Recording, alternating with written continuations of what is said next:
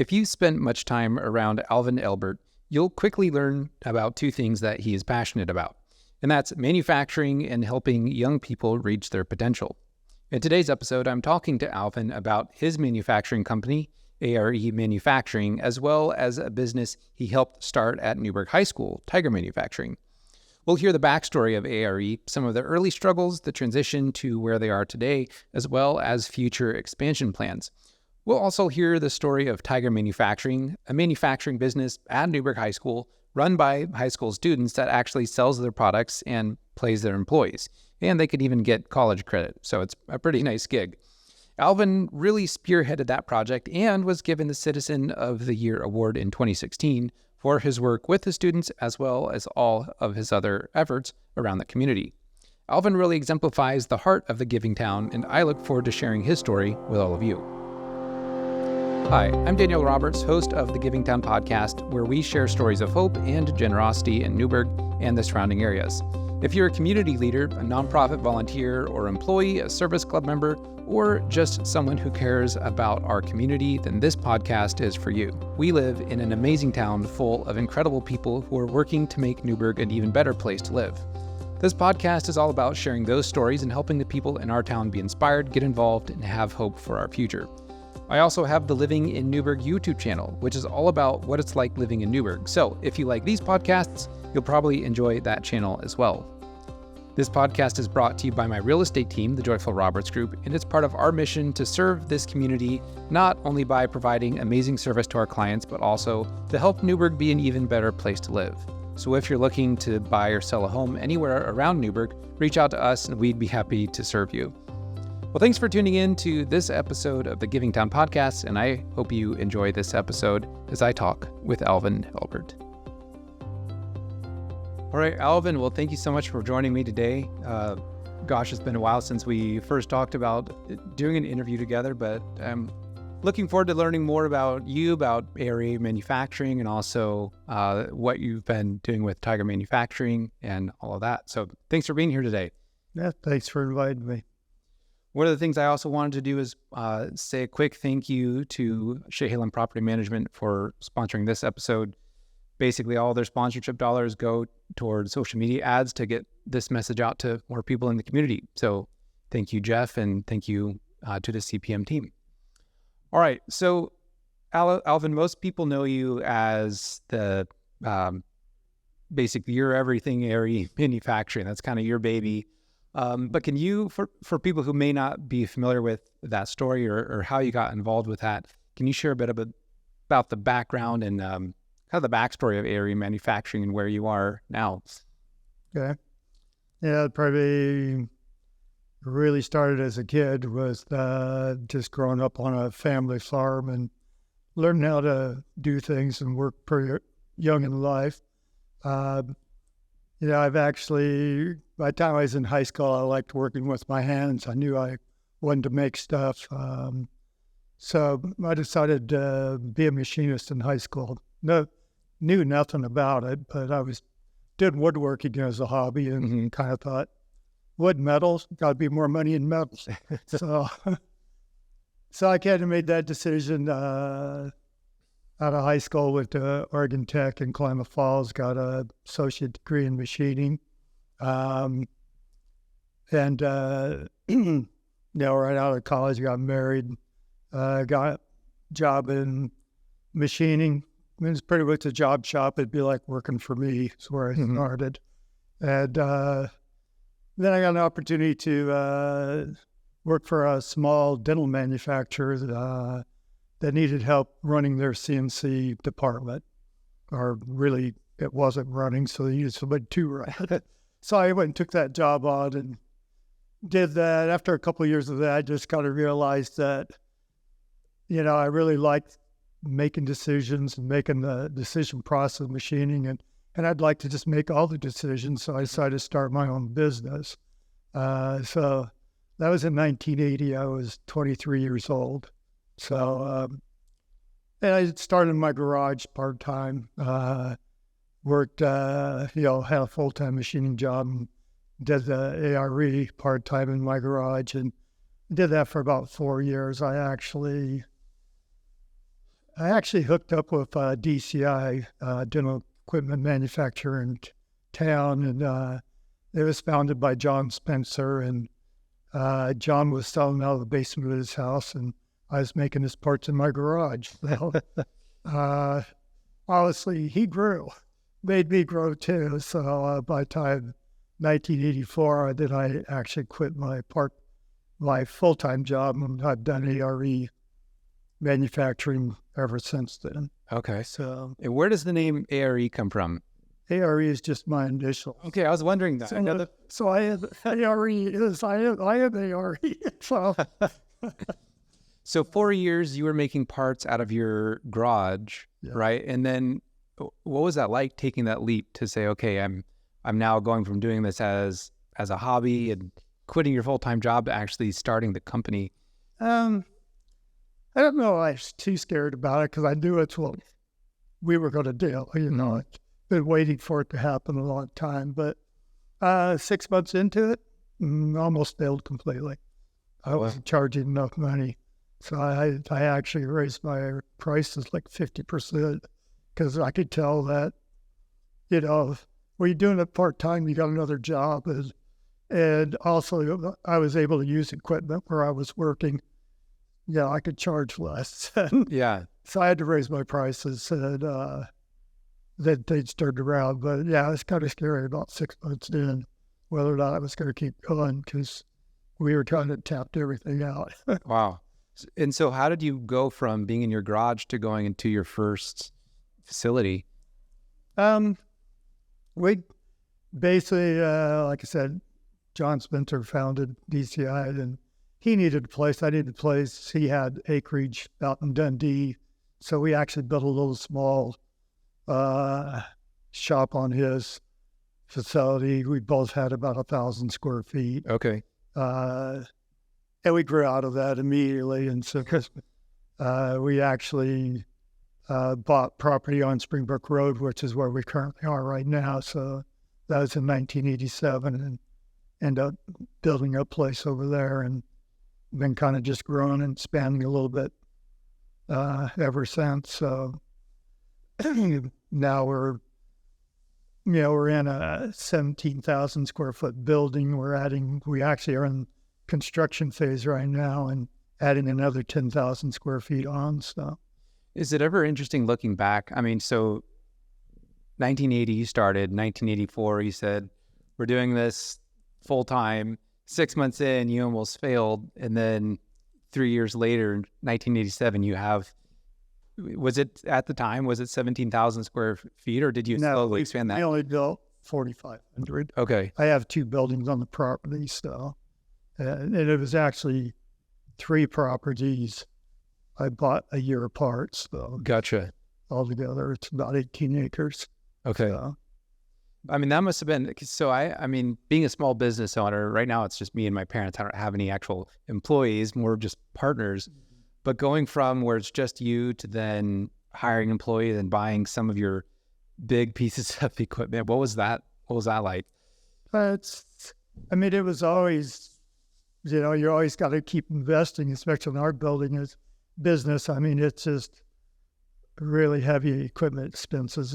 Some of the equipment I have is $500,000, So, so you're always, and to grow, you just got to keep plowing it back in. So keeping that balance was always pretty difficult, and trying to make sure that you're on the right path. And looking back, you just kind of like, surprising how many times that, we made the right decision. We made the right decision. We could have done the wrong decision. So I think it's successful businesses have always kind of had a good outlook of what it is, and they end up making the right decision. And we've had good luck with that, I guess. Yeah. So, are there certain times you look back to where you're like, either that was a really good pivotal decision, or wow, like that was a really big mistake I learned from? Do you have many of those? Oh yeah, there's a few of those. I think that we bought equipment where, what were we thinking? And other times it's like, buy a piece of equipment, it's like, why didn't we buy that 10 years ago? So, but you're just moving forward all the time. We actually, in mid-2000s, we purchased a business in Bend and moved it over here. And we doubled in size overnight. Oh, wow. Yeah, I mean, it was total chaos. It was bad. And maybe it was a good idea. I'm still not sure. So we got through it, but it was a good idea, but it was tough. So I was like, at the time, you really know what I get myself into, but you work through all those things. Yeah. I mean, you mentioned, so when you first started, you really liked working with your hands. You were a good machinist. Like, that's why you wanted to do it. Was there a certain time where you had to realize, wow, I've got to actually step away from doing this and kind of go into the full administrative side, or do you still do tinkering? No, I still do more tinkering than I should. I mean, I'm really hands-on, so it's hard to turn it over, but you have to. I mean, 5 employees, you could still do it all in a machine shop, but after that, you really have to start turning it over. I tell people I was a HR genius in 1986, because I hired an intern, my first intern out of Newberg High School, Paul Parlett, and he still works for me. Oh, wow. So he's been there 37 years and he's in charge of the whole machine shop operation. Yeah, so that was a very good hire. I also hired, that same year, I hired Susan Snyder. My wife was doing the books, a lot of the driving.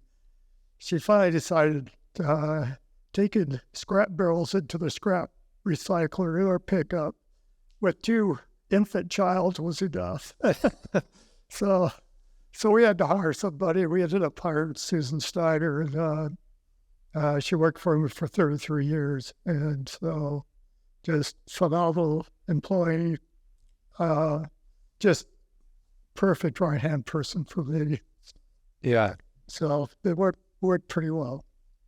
And with the expansion plan, so you're adding 17,000 feet, did you say? Yeah, and about 10,500. Okay.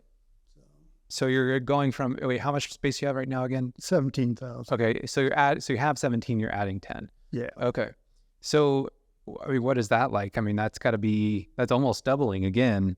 It's being patient. Okay. You know, we built our first machine shop, the 4,500 square foot one on Springbrook Road. We actually bought the property in February, annexed it into the city, Okay. changed the zoning to industrial, got a building permit, and moved into the building in July.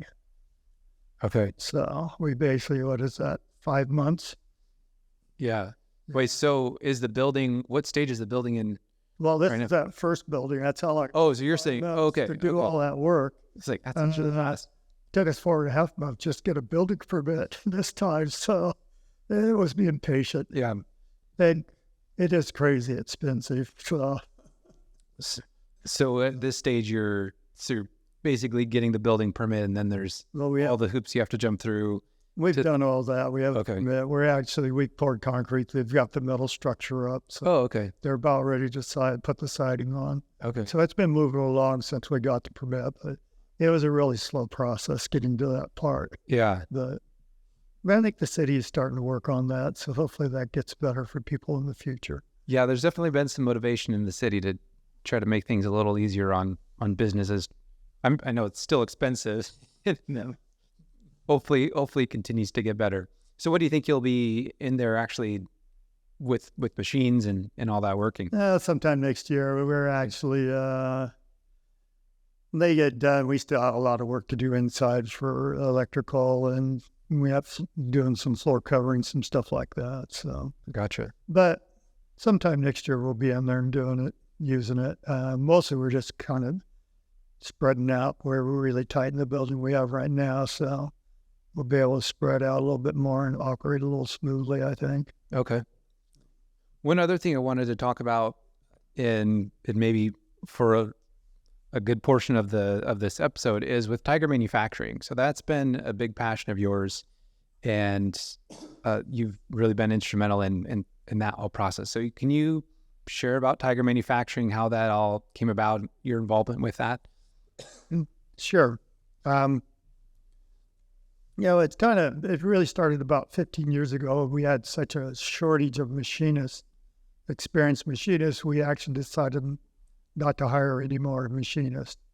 We decided to actually create our own training program and start just training in-house. So we just started hiring people, no experience, entry level, and trained them the way we wanted them to do things in our process, our ways.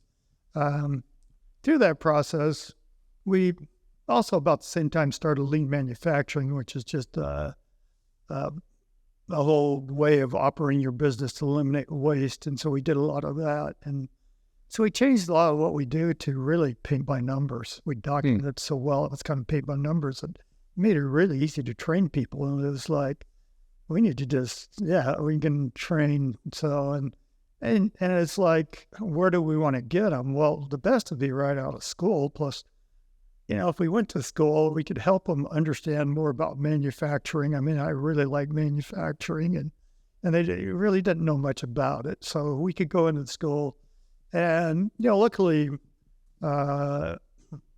Newberg High School never lost their machining programs. Most shop classes in high school closed once the shop teacher retired, and luckily we had Terry Koss was the shop teacher, and he was there like 33 years. And I had a good rapport with him. He'd steer kids my way to be interns during the summer and things like that.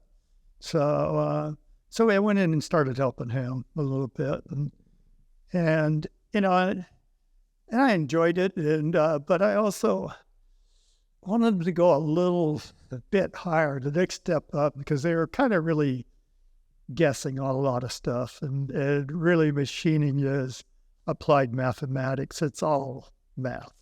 You do the math, you get a lot better results. So kind of wanted to see him do more of that, And so I did do some of that, but while I was helping him, I came across an article in a machining magazine about a high school in Wisconsin that was running their shop for profit. And it's called Cardinal Manufacturing. And it just, we could do that. So I went and approached Terry Koss, and he was interested, and I offered to, lend my expertise on how to run a shop and set one up. We talked to the principal then about if they were interested, and they were interested. They had a counselor, Mona Liu. She's not there anymore, but she really liked it. And she just went and ran with the administrative side, the school side of it. And so she did that. I did the machining side.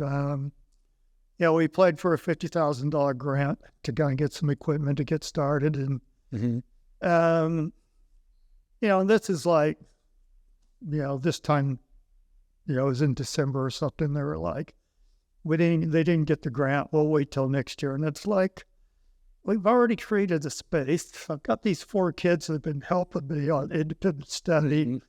I'll just bring a machine down. What am I? We'll put it in there. Because Mona Liu came up with the idea is, let's pay him minimum wage. And I'm like, can we? Can we actually make enough money to pay him wages? I don't know. So I wanted to know that. So we went in one term, 4 kids. We ran Tiger Manufacturing. That's how it started. They made $9,000 in sales, got paid wages. We had $4,000 profit. We can do this. Yeah. So it was pretty much on full bore then. So, and so we're actually in our 7th year now. So, and we've made some good headways. It's been pretty bumpy stuff. I mean, we had a pretty slow start, but we kept adding equipment. We've got a lot of donations from Rotary Club. The Austin family has just been awesome, helping them out. But both Rotary Clubs has helped. Ford Foundation helped. We've got money from First Federal. So we had all sorts of people come in. And so we've been able to buy a couple of new pieces of equipment. Plus, we've used the money that we've made out of the program to buy equipment too. So So now from that one machine that I took down there, we actually now, that was a CNC machine. We actually have 5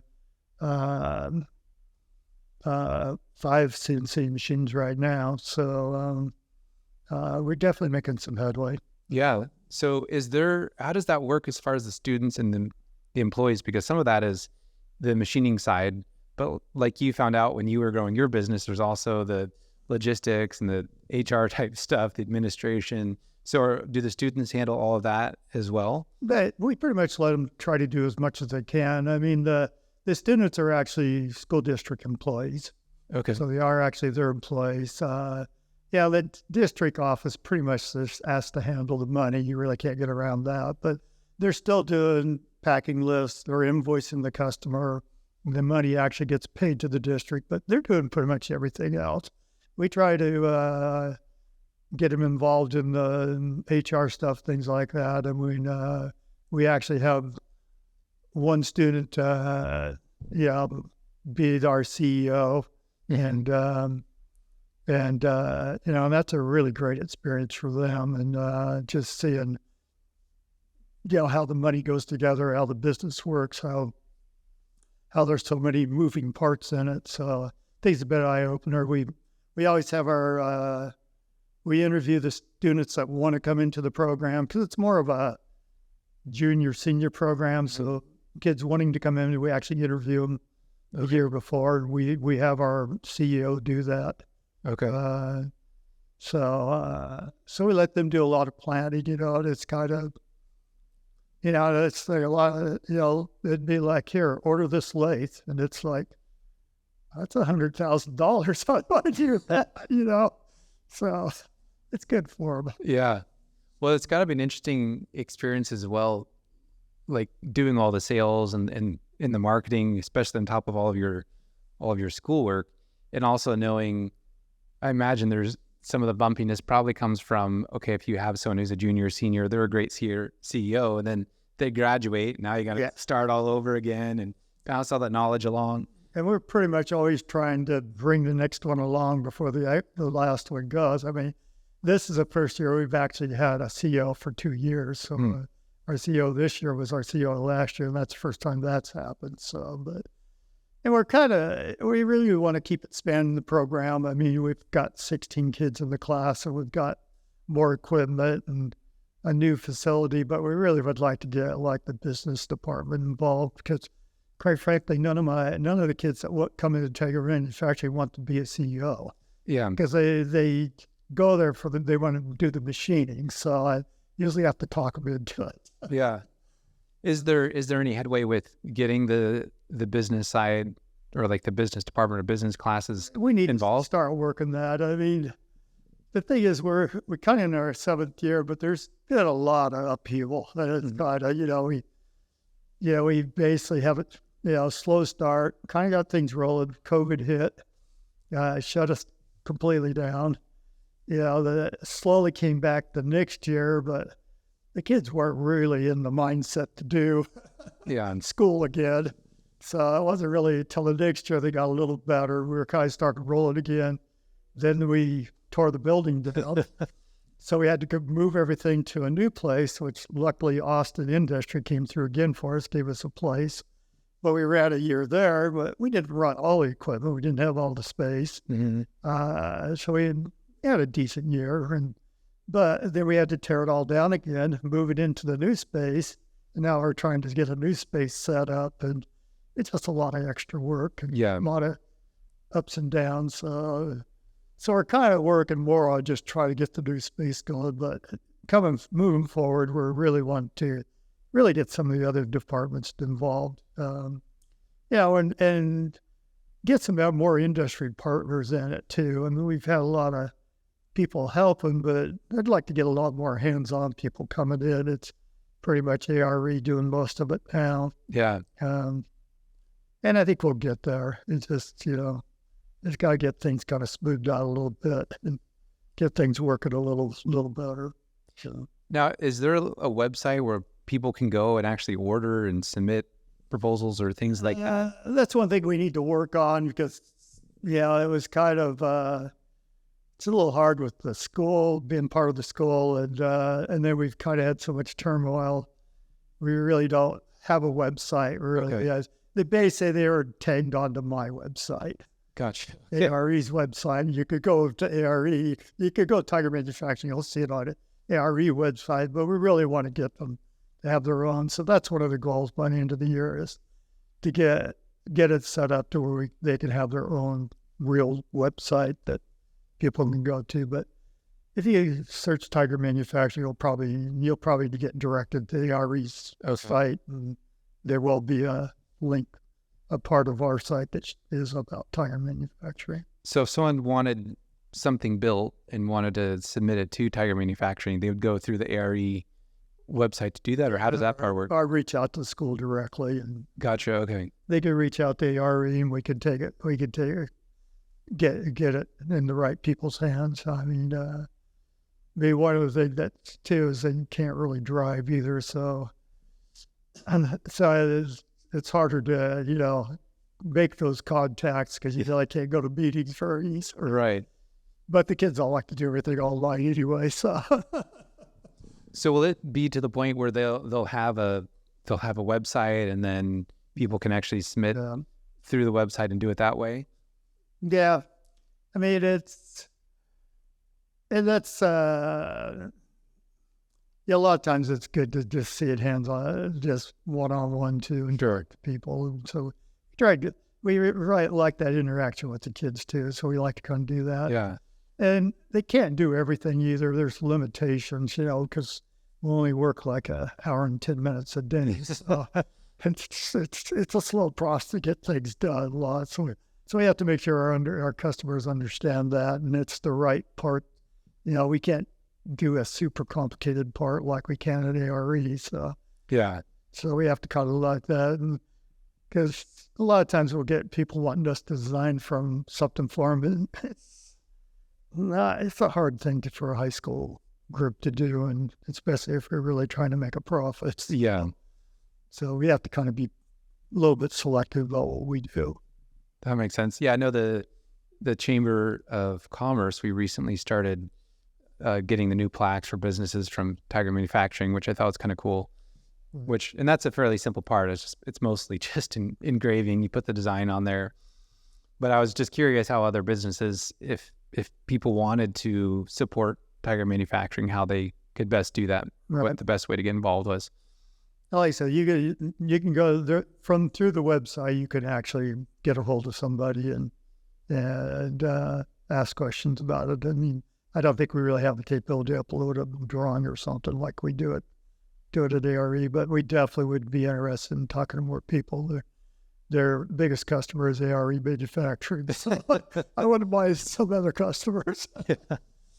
That's like the chamber project. I mean, it's actually just getting off the ground, because we really kind of had the idea last summer. And so the first batch, ARE actually made them to design it, prove it out. But the next batch, definitely is coming from the Tiger Manufacturer. We're still kind of waiting to really get that PO together. And we've got the kids working on the programming and all that. So sometime this school year, we definitely be making those. And we're kind of hoping to see that grow, because that's just adds another layer, because now you're kind of not only,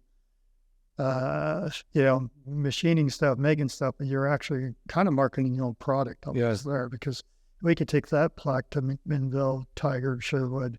Yeah. We could hit the whole area, and, as long as our price is competitive. It'd be really interesting to see, and I don't know what kind of classes they have at the high school, if there's, like you said, marketing or business classes, but it'd be interesting to see something like what George Fox does. They'll sometimes partner with businesses and help them come up with a business plan or a marketing plan. It'd be interesting to see some collaboration there. And that's where, earlier this year, I did talk to the new head of the business department at George Fox, and it would actually be something interesting to pursue. One thing we did pursue this year is we actually went to get and got dual credit for the classes. So we're actually working with PCC. So we basically went and talked to them, put a plan together, and so in spring trimester, we're actually going to be able to offer dual credit courses to credits for people being in that type of manufacturing. So out of that, we should be able to create some type of certificate. So you get done, you have something to show that you've been there, done that. So you get high school credit, college credit, and you get paid, and seems like a pretty good gig. That. So what thing gives you a passion to help young people? Because part of it I know is you wanted to train people on your own, and that seemed like a natural way to do that. But part of it is you also like helping young people succeed. Where do you think that comes from? From my own, being a youth, in high school, I was extremely shy. I mean, so I always figured out everything on my own because I didn't want to talk to anybody about it, or I didn't want to ask anybody. So I was extremely shy, and it kind of, less people reach out to you. It really is quite a barrier, and and so and I wouldn't have been a total nerd if it wasn't for sports, but sports helped me out there. But that's I knew I wanted to be a machinist, and and so that's so I did a lot of stuff on my own, and but never really got an opportunity, because it just wasn't a program or anything. I went to Rainier High School, and really, 90 kids in my graduating class, so small class, and really didn't have anything. And, but I did finally actually land a job right out of high school working for a machine shop that made attachments for forklifts. I got fired in 30 minutes. So it was, it wasn't much fun. Well, I vaguely remember that. I've heard you tell that story because they basically just threw you to the wolves, right? And said, go make this with no training. It was sink or swim. Run this saw, drill those holes. Didn't show me anything. I'm super shy. I have no confidence. I mean, I tried, but I was really slow. I think I was getting there, but just no help. And came out in 30 minutes, said, you're not going to do, and kicked me out the door, and and it just kind of stick with you. I mean, I think they were wrong. I think I could have done the job. I think so. I think that's just shown that. But, and I just really stuck with me, and it's like, and it just, kind of, being a hands-on person, just how can I do something about that? And that's kind of, I've kind of always had, I don't know, I guess a soft spot for youth and helping people do something new and that type of stuff. I mean, I kind of started out in soccer. I was a youth soccer coach for 15 years. And kind of, so I think I've really kind of enjoyed that. And, from there, it's kind of like, what else can I do, and it's, I did Habitat Humanity for quite a while, and then started going to the high school, and it just kind of,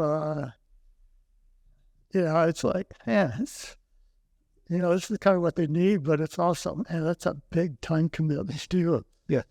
Do I really want to go 5 days a week to the high school and volunteer?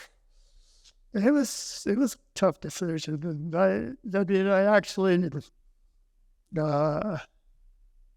of the reasons I did it was because it was our past mayor, Rick Roger, because he actually was doing Habitat Humanity, running it, and he went and started rugby at high school.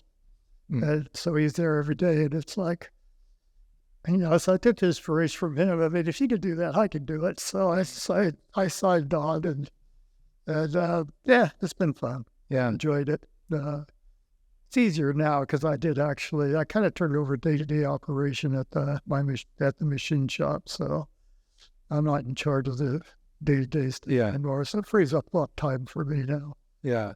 Well, was it in 2016, didn't you get the Citizen of the Year award for the Chamber of Commerce too? Because you were doing quite a bit. Yeah. Like that. Yeah. That was one of the first, we like to call them major awards. So, but yeah, it was pretty, didn't expect that at all, actually. So, because we've always kind of tried to, we always stayed on the radar quite a bit, really. Yeah. So, but we'd started doing some stuff, the tired and just, I think a lot of it was, our training program was really working really well, and our lean manufacturing, we were getting recognized for what we were doing there. And so there's just a lot of stuff were going right, and so people happened to notice, I guess. What do you see for the future of ARE manufacturing and kind of your involvement with that? I know you're out of day-to-day operations, but what do you see your role and the role of that business moving forward? Well, we're going to be in the succession part of it, moving to the next generation. And I really never ever wanted to sell it to anybody. I really kind of wanted to just turn it over to somebody. And I have a son and a daughter, and I really didn't think they wanted to be part of that business. They had both worked for me before, and I didn't think that was it. So I kind of thought it'd probably be turned over to some of my long-term employees. I mean, I have a number of people been there a lot of years, so that's kind of what it was going. But then, I don't know, my son, he worked for him like 5 years, and then but he always liked music, so he went and did the music thing, and I mean, he made a living off it for 4 or 5 years, but he was single, and then he got married, got 2 kids, so he came back to the machining business. So my son actually was working for me, so I turned over a lot of my duties to him, and then Paul Parlett, my manufacturing manager, has been there for 37 years, so obviously it's easy to turn it over to him. And then my other long-term employee was Susan Steyer that I mentioned before, and she was going to be retiring, and it's like, man, how do you replace that person? I mean, she was doing everything, all the front office, the books, the accounting, the HR, being my right-hand person. I mean, you can't replace that person, and it's a long shot. I don't think there's no way it'll ever happen. I just thought, I'm going to go ask my daughter. And she said yes. So I told her, okay, things do fine.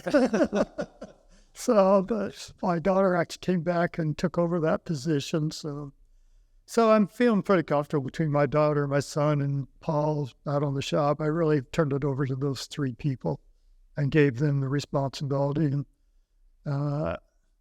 I'll probably never retire because I always need something to do. Yeah.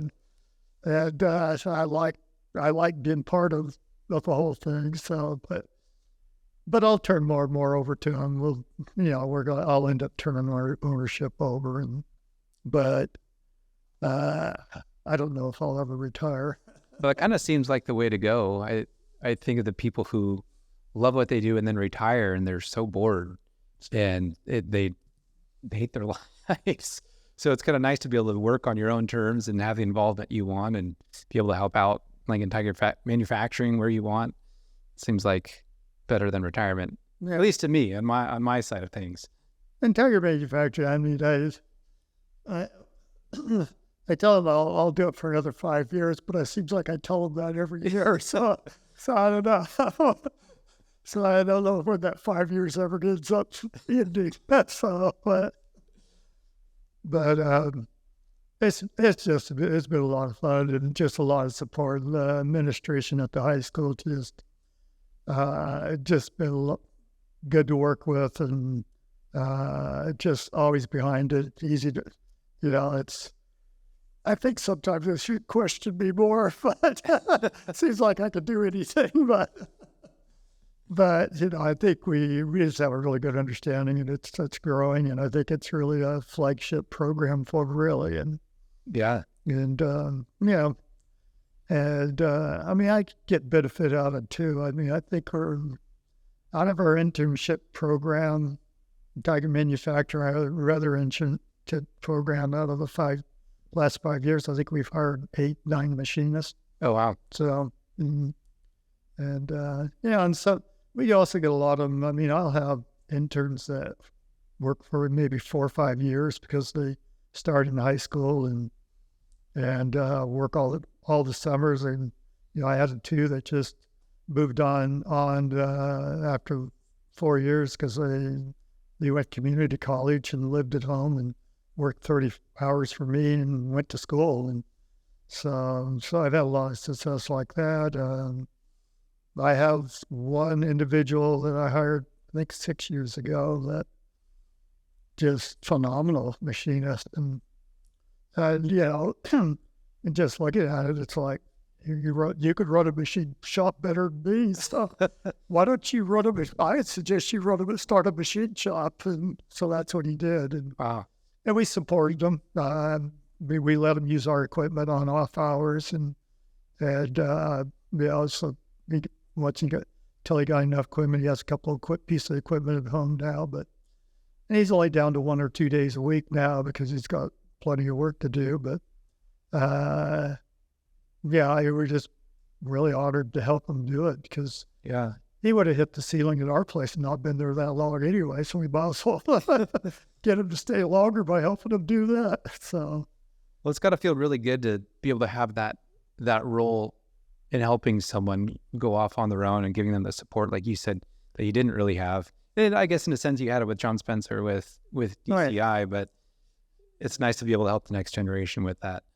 Well, if they can make it easier for him, and he also had the internet. I did it. Yeah. But yeah, I really think the youth don't get enough opportunities. I really think business is missing out by not stepping up and offering more opportunities because they're ready, a lot of them. They just need a little bit of help, a little bit of encouragement, a little bit of direction. But we've been really successful with the programs and helping them and bringing them on our staff and having them work for us. So, I mean, that's why I really do it, is just to give them that opportunity. There's just not enough out there, and there's just a lot of misconceptions. The individual I said that started his own machine shop, I mean, I saw him at some manufacturing conference. They did a presentation. He was actually out of the Chehalem school, C-Tech. He was out of there, and I saw him. My daughter actually elbowed me. Said, "You should talk to that kid in the middle. He sways back and forth like you do." So I went and found him in the lobby and talked to him and found out he was a valedictorian. Wow. And, I'm like thinking, okay, he's going to go into engineering and, so what do you plan to do? So I want to be a machinist. So, okay, well, have you ever worked in a shop yet? It's like, no, I'm not 18 yet. Well, you can work for me because you don't have to be 18. You can work for me at 16. You just got to get the right bully paperwork. And so he's like, oh, well, I can work for you. So that's how we hired him. Wow. Because he didn't think he could get a job. And he was going to wait till he's 18. Yeah. So. Yeah, I guess there's a big opportunity to hire young people because most people are looking for people who are out of college or have the degree. But if you're looking for work and if you can find the right person, that's a big part too, is finding someone who's willing to work, who has the passion for it. But I think you're right. I think there is an opportunity there. Well, and one thing we were seeing, because we decided to hire entry level only, but we were having these people apply at 24, 25. And we're like, why? And they're a perfect fit. They're naturals for machining. Why aren't we getting them at 18? Yeah. Right out of school. And that's why we really wanted to go to the school. So those individuals that really are the ones that going to benefit from going to machining and right out of school can do it. Yeah. So recognize it and realize that that's a good fit for them. So. Well, I want to say thank you, at least on behalf of me, and I know there's many people who are grateful for the role that you've had, one with providing the jobs you have, every business kind of has a cascading effect in its role and with high school. So I think you really embody a lot of what the Giving Town is all about with finding ways to give back, but really also being an example of how to be a successful citizen in more ways than one, not just the business success, but also success in terms of how do we treat each other and how do we take care of our community. One last question for you that I like to ask is, what gives you hope for the future of Newberg?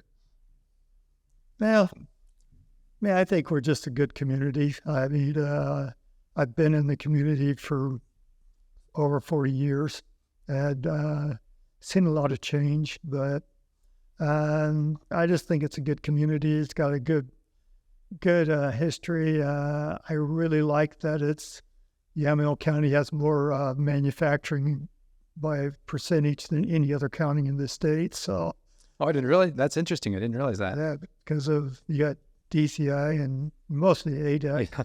But McMinnville has a lot of good, strong manufacturing. But yeah, we manufacture a lot more than any other county.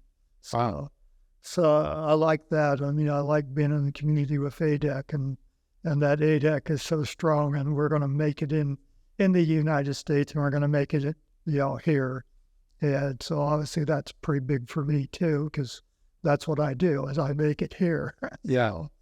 So I like what we have. We have a good manufacturing base. We have a lot of good companies here, and I just hope we can, moving forward, we can make that keep going. I mean, we've got a real shortage of industrial land, and it's, a lot of hurdles to get that land used. So hopefully they can fix some of those problems. But I think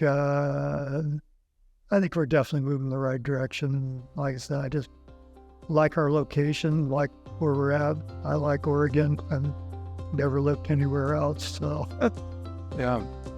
Well, thank you, Alvin. It's been great hearing more of your story, and thanks for sharing about what you've got going on. Thank you for having me. Thank you for tuning in to the Givingtown podcast. If you enjoyed this episode, please consider sharing it with a friend who you think might benefit from hearing it. While more and more people are continuing to hear about this podcast, I still need your help to spread the message about all the people and organizations that make Newberg so great. Well, thanks for tuning in, and I'll catch you in the next episode.